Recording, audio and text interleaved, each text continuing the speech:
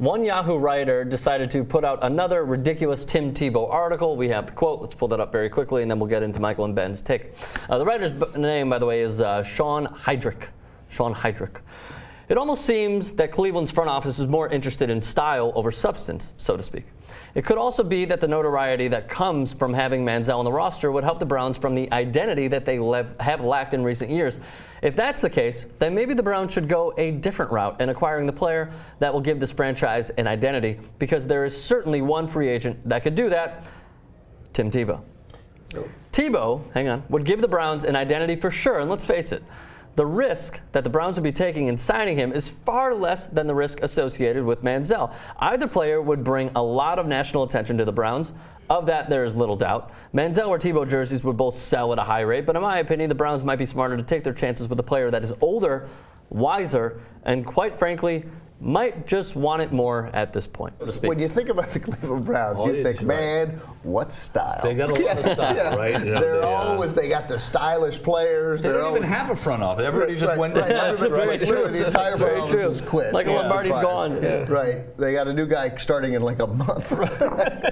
Exactly. Like, you know, well, as soon as problem is, I live in San Diego. I got to drive all the way to Cleveland. I think I can get there. It's only the Browns. I don't have to hurry. I'm going to try to be there by March 8th. Yeah, I think this is a foolish argument. Cleveland has to draft someone, and they're free agents that are better than I'm thinking of Michael Vick, but better than Tim Tebow. Yeah. That Cleveland is Brad Johnson still available? Yeah, I mean, Matt Schaub's a free agent. War will be. Josh McCown could be a free agent. Josh McCown and Michael Vick. Michael Freeman. Vick's going to get Josh Freeman for sure. I mean, so there are real quarterbacks that could tutor the draft pick that whatever this guy says will inevitably be picked.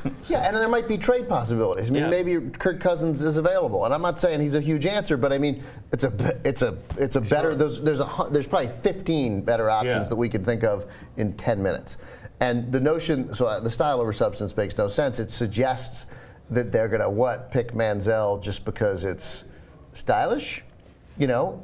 Jerseys. I mean, they need a quarterback. Yeah. Nothing has changed to make anyone believe Tim Tebow is going to be a quarterback. If the Browns draft Johnny Manziel and then bring in one veteran and then bring in Tim Tebow like and let him compete in camp, somebody may well bring Tim Tebow into camp. That's okay. Hoyer here, who actually looked good. Very good.